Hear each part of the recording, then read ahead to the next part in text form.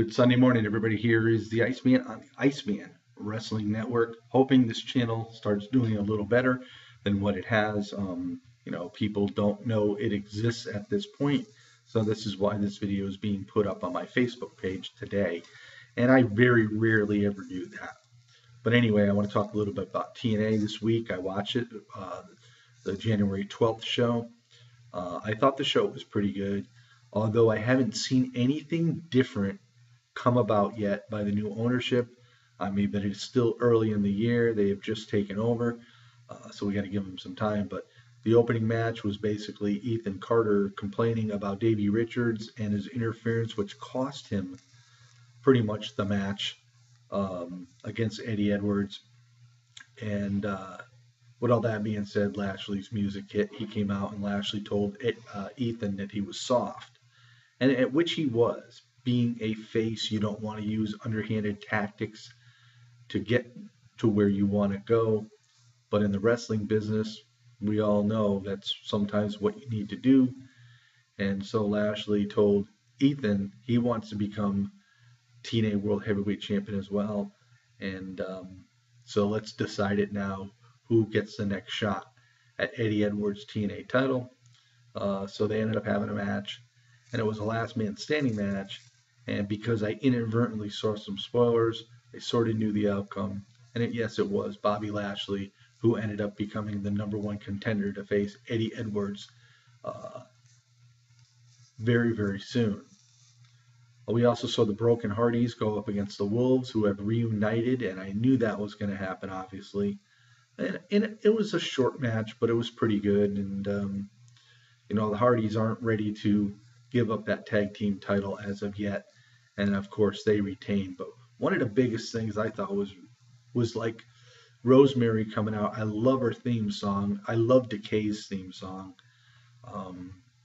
Rosemary was out talking, and Jade's music hit, and Jade came out and confronted her and said she still wanted a rematch.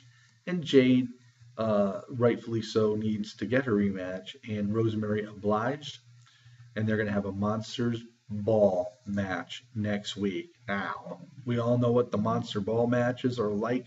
Anything goes, weapons, barbed wire, tacks, glass, anything. We've seen some great ones in the past on the men's side. This is going to be interesting to watch on the women's side. You would think, having this match, that Rosemary has the edge, but you'll never know. So it should be pretty interesting. I'm looking forward to seeing that next week. So, pretty much all in all, TNA was a halfway decent show. One of the things I didn't like about it was Aaron Rex. We all know him as Damian Sandow, has come out and yet started another gimmick.